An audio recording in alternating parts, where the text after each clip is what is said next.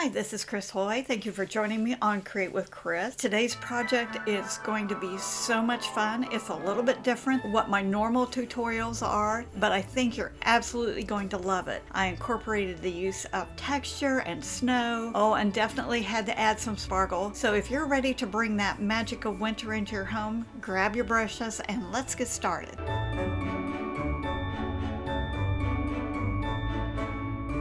I wanted to do something a little different today. I'm adding texture to the snowman hat and the little stencilettes. There's a set of 5. They have different designs on each one. They're just perfect size for this top hat. Want to make sure that it's not going to shift around while I'm applying the medium. So I'm anchoring it in place very securely with painter's tape, both at the top and the bottom. The modeling paste is a great medium to use. When it dries, it's just super hard. It's very easy to work with. It does dry quickly. Because the stencil is so thin, it's not going to take long for it to dry. Just going to use a palette knife to apply the medium. I find it's easier to work from a palette paper, and I'm just going to take it and think of it like spreading peanut butter over a piece of bread. Just a long, smooth stroke will work much better. If you go over it too many times, what happens is it kind of smooshes down in behind the stencil and it gets kind of globby. So try not to overwork it. Fewer strokes are going to give the best results. Very easy to see with the contrast between the white and the background on the surface when it's completely covered. And this will all be painted, so if it's not perfect, it's just not going to be an issue. Lift it straight up, and ooh, isn't that pretty? Love that design. Any design can work. This comes in a stencil. It also comes in a bigger stencil as well. Make sure, because this dries rock hard, make sure to clean everything you use to apply it with. The palette knife, the stencil, clean it really, really well. I take my stencil and run it under warm water and just kind of massage it until I get that texture paste off, and then clean it well with a stencil and brush cleaner. Wanted to make sure there was none on the edges. I don't want a hard lump on the side edge when I go to paint it.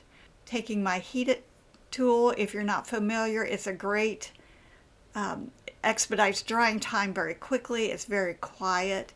Because the medium is so thin, it really is not going to take super long to get this to dry. So that's what makes it so much fun to use this application when painting.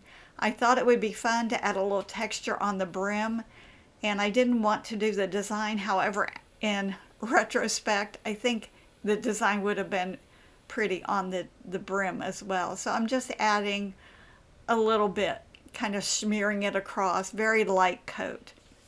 And then I'm going to top coat it with soft black using the 3/4 inch oval wash. The first layer, I've thinned it down a good bit because I want to make sure to get in all those little valleys and get it covered evenly.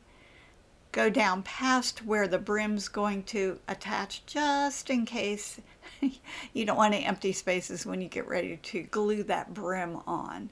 Look at that design. Isn't that beautiful? Make sure that the paint is applied smoothly and just kind of gently, don't brush it super heavy. Just a nice soft first coverage. Same thing for the brim. Just going to apply a couple coats on it, let it dry in between, and you get a nice opaque coverage. I am using my number 12 diverse dry brush, and you can see I'm a little bit timid because I'm not sure what's going to happen. Very, very light strokes. So I've loaded Snow White on my brush, and then I wiped it over a paper towel to get rid of heavy paint, kind of using more so the side than the, have my brush at an angle instead of holding it perpendicular to the surface. Once I am comfortable with how the paint is pulling off of the brush, I can get a little more relaxed and a little more aggressive. And I've not reloaded. It just doesn't take much to create that texture. I did base coat the body and head with cobblestone, and am using cobblestone for the dry brushing. I was kind of worried about using Snow White being too strong, but later on I did go back and dry brush it again with Snow White. And you can see on the brim, even with that, just that little bit of texture, dry brushing over top of it really pulls that out, and it gives it that frosty look, which is perfect. The body is base coated with cobblestone, taking some Snow White and thinned it down quite a bit, and I'm using a slip slap stroke. Start in the middle with Snow White and work toward the edges. I wanted the snowman to look kind of fluffy and layered. And once this dries, it's going to be very, very light. Snow White comes across on the camera very strong and dominant, but when it dries, it tones down considerably. I'm using that slip slap stroke and just going over it to blend it in. My paint is very loose, very wet, and you'll see here how when I dry it, it starts to get much quieter and loses that really strong white. I'm going to do this. It's just such a quick, simple application of paint that to add several layers, it's much easier than to do one heavy layer and then try to get it to smooth out. And I think the results are kind of fun because it looks almost like that paint is fluffy, it creates that snow look. Just make sure it can be light and dark. Just don't want any of the areas to have strong spots. Always make sure when you pull it out that you don't have any hard edges, that it blends out very softly. And you can see how it's starting to layer up. Just make sure to dry really well between coats. And it's just kind of fun. This is good practice if nothing else. This is a great technique for backgrounds, but it just creates more interest than a flat, heavy base coat. And I probably did about 3 layers like this to get that to look nice and snowy. I have loaded my number 5 radical round with Snow White. Just have the brush about a 45-degree angle, the tip pointing away from toward the outer edge. And I'm just going to kind of roll it across the top and create that look of snow. And this is not fussy. In fact, the more loose or the more less controlled, I think the results are a little bit better. And then I thought, well, maybe I should put some down the side edges. So, this is snowfall. Just let it kind of happen. This is where I decided I would go back and dry brush the texture a little bit with Snow White, and I just used the side of my radical round. I had it most of the paint was off of it, so I felt a little bit safe in adding the dry brushing with a load of paint. Loaded the toe of my 1/2-inch angle with soft black, and I have quite a bit of moisture in my brush. This is such a strong color, so it won't take much. And remember, this is more of a farmhouse project, so that the shading and the floating can be more rustic. I guess that's a good word to use. To create the eyes, I position the nose, and I usually just mark it with my pencil where the center and where the bottom's going to be. Use my egg stencil and my number 4 spectacular stencil brush, load it with soft black, wipe it over a paper towel to remove the excess, and stencil each eye 2 times works best. The nose is a simple base coat of burnt orange using my 1/2-inch awesome angle, pulling the paint from the center toward the outer edges so that helps eliminate paint from dripping down on the sides. Just a nice even coat, smooth it out, and then I'm picking up a little bit of heritage brick just to deepen along the bottom edge, just shade that along. And this is the same concept as the sides. I didn't smooth it out a lot. Picked up a little bit of Snow White just to float along the bottom and side of each eye. Helps it to get that glassy look. Using my Epic script liner and Snow White to add that little comma stroke in the bottom right of each eye. And then I'll switch over to my stylus and add a couple dip dots in the top left. That just adds that little extra sparkle, a little twinkle in his eyes. And I do a big one and then dot again, and it creates a smaller one. I wanted to add a little bit of snow along the top of the nose, and I'm using my number 5 radical round just to kind of roll across. I've loaded my Epic script liner with soft black to add the eyelashes and the eyebrows. If your brush is loaded correctly, you should be able to get nice long fluid strokes without having to reload. I position the nose and then gives me an idea where the mouth should be. Just using soft black and Epic script liner to line that in. Well, he looks so much better with his nose. I switched to my number 12 diverse dry brush.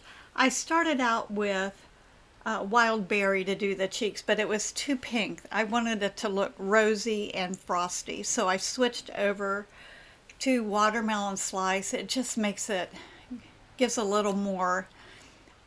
All of the other colors are very rich, so that added more strength of color.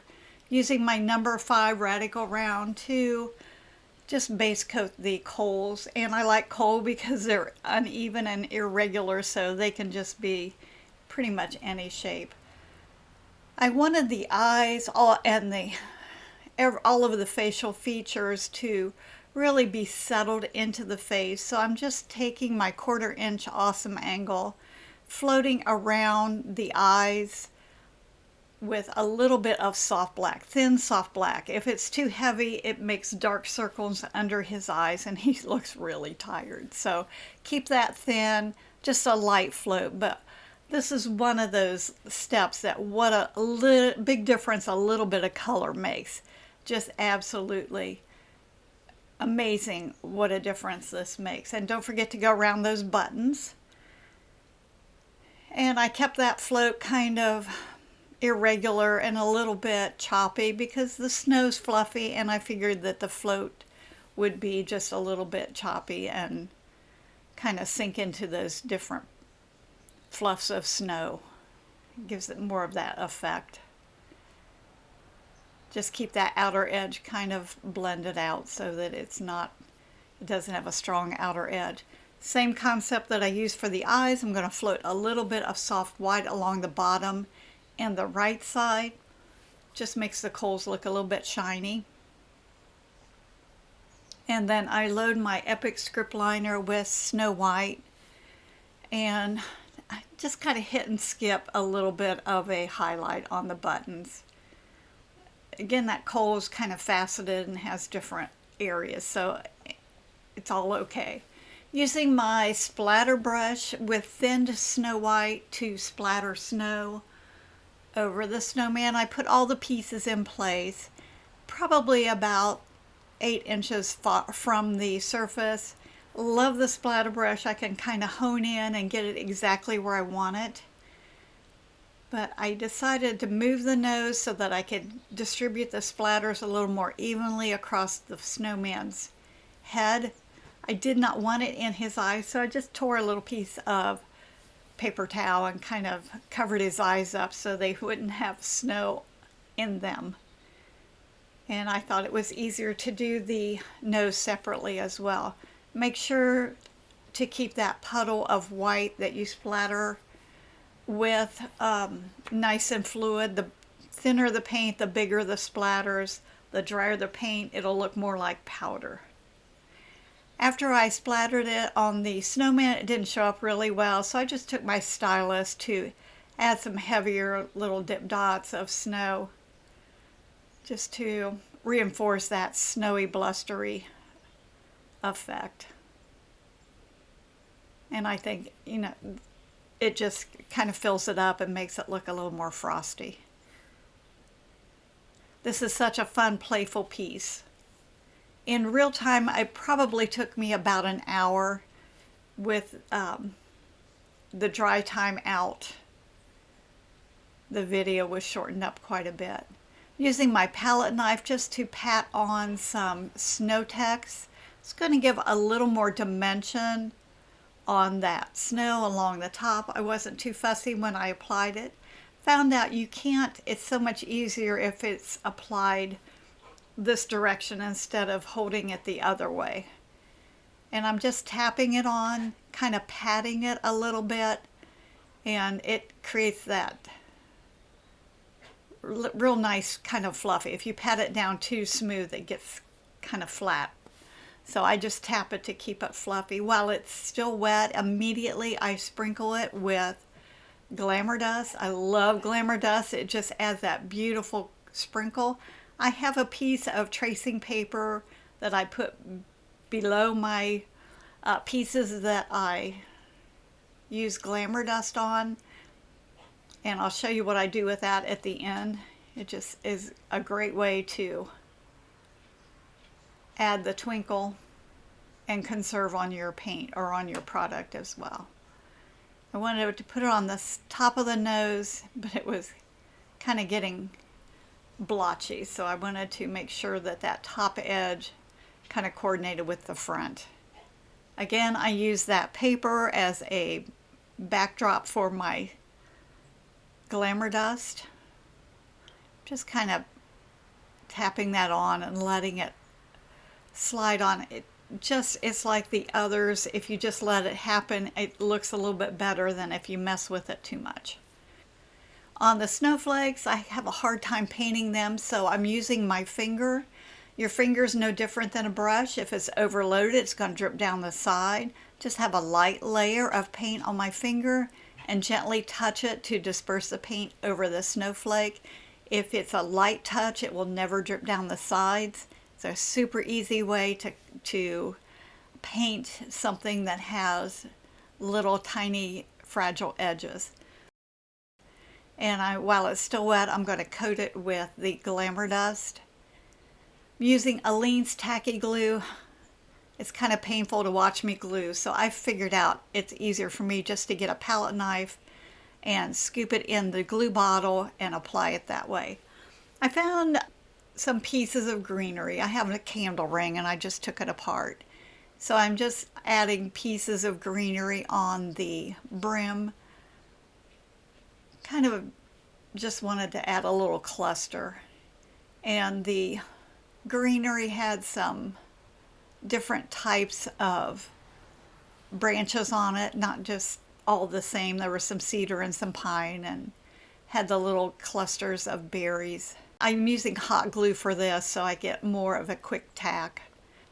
Kind of take a pine cone and stick it in there. If you have trouble finding this time of year, Dollar Tree or any of the dollar stores seem to have a lot of the little Christmas picks, Hobby Lobby. And I'm sticking in some more greenery just to kind of balance that out. I thought that one was a little bit long, so it's just a real simple fix. I took my cutters and I'm just snipping off the excess length. I wanted the pine cones and all of the branches to have that frosty look, the snowy look, so I'm taking my number 12 diverse dry brush and I'm dipping it in snow text and I'm just hitting the tips of everything. It's going to leave a little bit of texture from the snow text. It's going to brighten it with white, and it just is a great way to really make this greenery stand out. You can do as much or as little as you prefer. It's just a great way to take that inexpensive plastic greenery and step it up a couple notches. And look how it really brings out the shape of that pine cone and all those different scales. And while it's still wet, I'm going to add some more glamour dust. Can't have too much sparkle. I used 1.5" wired ribbon for his scarf. Homespun could be used, fleece, flannel. Cut the tails a little bit long. I could always shorten them if needed, but I've cut them too short many times, so I've learned my lesson. Wanted to add some greenery at the scarf, but a little bit less, just to kind of balance it out. I did find a smaller pine cone. It was in pretty bad shape, but by the time I add the snow text and fluff it all up, it looks great. Just a few pieces of berry clusters to brighten it up.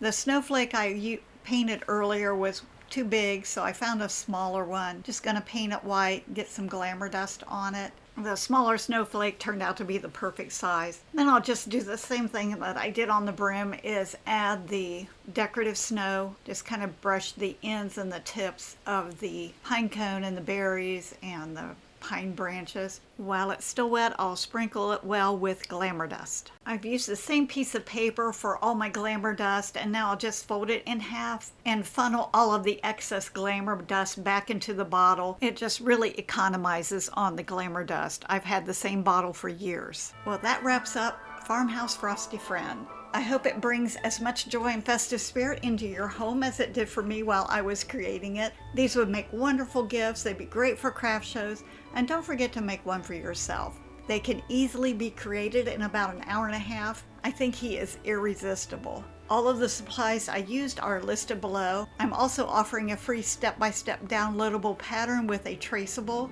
Check the links below. So whether you are a beginner or experienced, I am sure you will love this project. Please let me know if you have any questions. I would love to hear from you. If you like what you see, give me a thumbs up. Subscribe to my channel. That helps me out, and you won't miss out on upcoming videos. I hope you learn a few new tips, tricks, and techniques to make your painting life a little easier and a lot more fun. Thank you again for joining me, and I look forward to our next painting adventure together. And remember, a little bit of paint makes a big difference.